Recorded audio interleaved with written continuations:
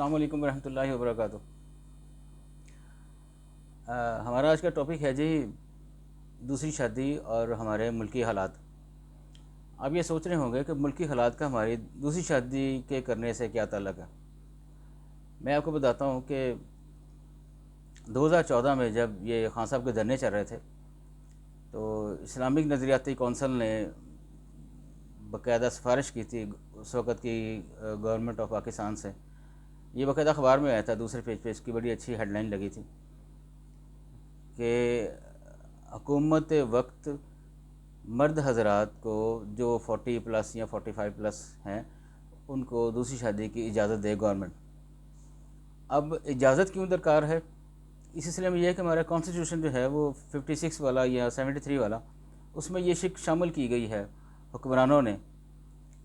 उसकी वजह बिल्कुल समझ नहीं आती कि उन्होंने की ये शामिल की है कि दूसरी शादी के लिए जो है आपको पहली बीवी से इजाज़त दरकार है।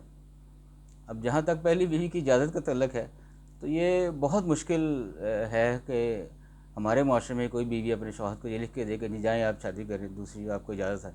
ऐसा होता नहीं है, बल्कि डायलॉग सामने आते हैं, मेरी लाश तो लंघ के जामी तो फिर तक देखा कि तेनों, या ये होता है कि मैं छाल मार देनी कोठे तो अगर तो इस पासे गया थे। इस किस्म की डायलॉगबाजी होती है हमारे यहाँ। तो ऐसा कॉन्सेप्ट नहीं है। दूसरी बात यह है कि हमारे माशरे में इसको इतना अच्छा नहीं समझा जाता, इसकी वजह पता नहीं क्या है।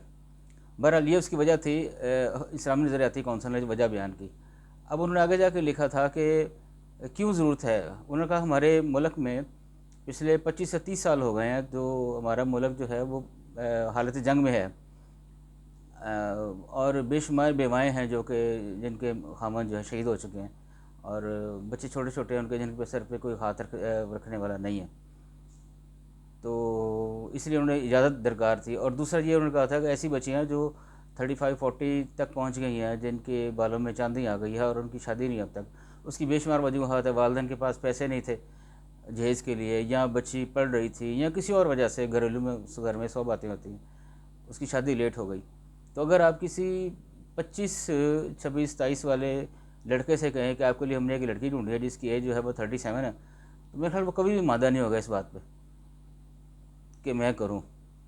तो अब माशरे को बेरहरवी से बचाने के लिए उसका फिर क्या हल है, या तो जो लेट शादी करने मर्द हजरात हैं वो करें, या दूसरी ऑप्शन ये है कि 40 प्लस 45 प्लस मर्द हजरात को हुकूमत ये इजाज़त दे और उनको बाकायदा उनकी एप्रिसिएशन करे, उनकी हौसला अफजाई करे उनकी कि जनाब आप ये शादी करें, ये बड़ी ज़रूरी है माशरे को बेरहरवी से बचाने के लिए, ये नीयत होनी चाहिए। तो इस हवाले से उन्होंने कहा था कि इस्लामी नज़रियाती कौंसिल ने कि हुकूमत इसकी इजाज़त दे। दूसरा ये था कि अगर हम अपने सोसाइटी की तरफ देखें, माशरे की तरफ, तो ये जो हमारा खित्ता है बरसगीर पाको हिंद, अगर हम 4 से 5 पीढ़ी पीछे जाएं तो यहाँ पे हिंदू थे या सिख थे, और उसी माशरे के असरात हमारी सोसाइटी में हैं।